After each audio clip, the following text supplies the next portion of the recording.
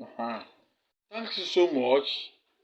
I want us to understand that I want to go into lecture in respect of know your rights as a tenant as well as landlord. The purpose of this lecture is to promote peaceful coexistence between the landlord and the tenant.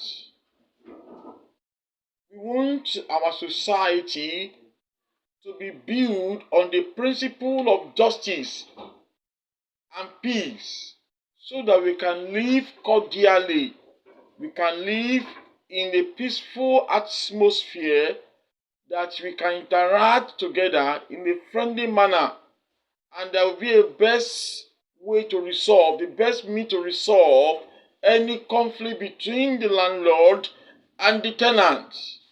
The intent of this lecture is for us to know the powers, the limitations, the duties, okay, the responsibilities of a landlord and of a tenant.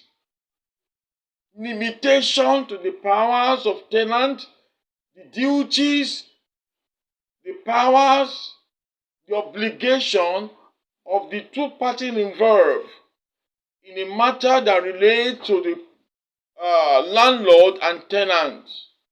Firstly, I want you to know that according to the Black Law Dictionary, it states that a landlord can also be referred to as lessor.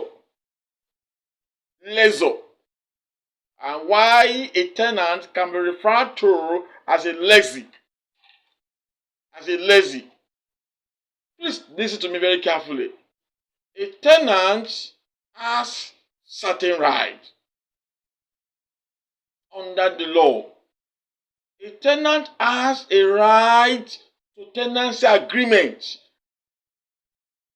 A tenant has a right to tenancy agreement. What is tenancy agreement? It is agreement that is binding the landlord and the tenant together.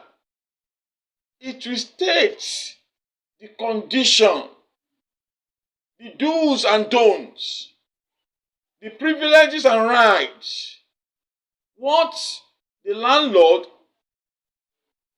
expected, the life the landlord expected the tenant to be living, okay, and the rights of the tenant. You have to understand that tenancy agreement is so powerful that it's binding on both two parties, the lessor and the lessee. It's binding on them. Even the court of justice, the tenancy agreement is binding on two of them once they append their signature to it. And there is nothing they can do about it. It's binding. I raised a question the other time. Who owns the responsibility of evacuating Sockaway? Who? Whose duty is to evacuate Sockaway? The landlord or the tenant? Oh yes, it depends. Everything still boils down to tenancy agreement. It boils down to tenancy agreement. You have an oral agreement, but I prefer an agreement in white and black, in written form. You know what I mean? In a situation where there is a conflict, who is to evacuate safety town? It must have been stated. It must have been stated. Get me right? It must have been stated in the tenancy agreement. If the landlord will share 60% or 40%, for instance, or if the landlord stated that the responsibility of evacuating safety town belongs with the duty of the tenant or the landlord, it must have been stated. And once you as a tenant append your signature to it, which witness is binding on you that you are the one to evacuate the safety town. But if there is no agreement between you and your landlord before you park in, you have to resolve it. If it cannot be resolved, you quit. You quit the apartment. Thank you. I'm coming very soon.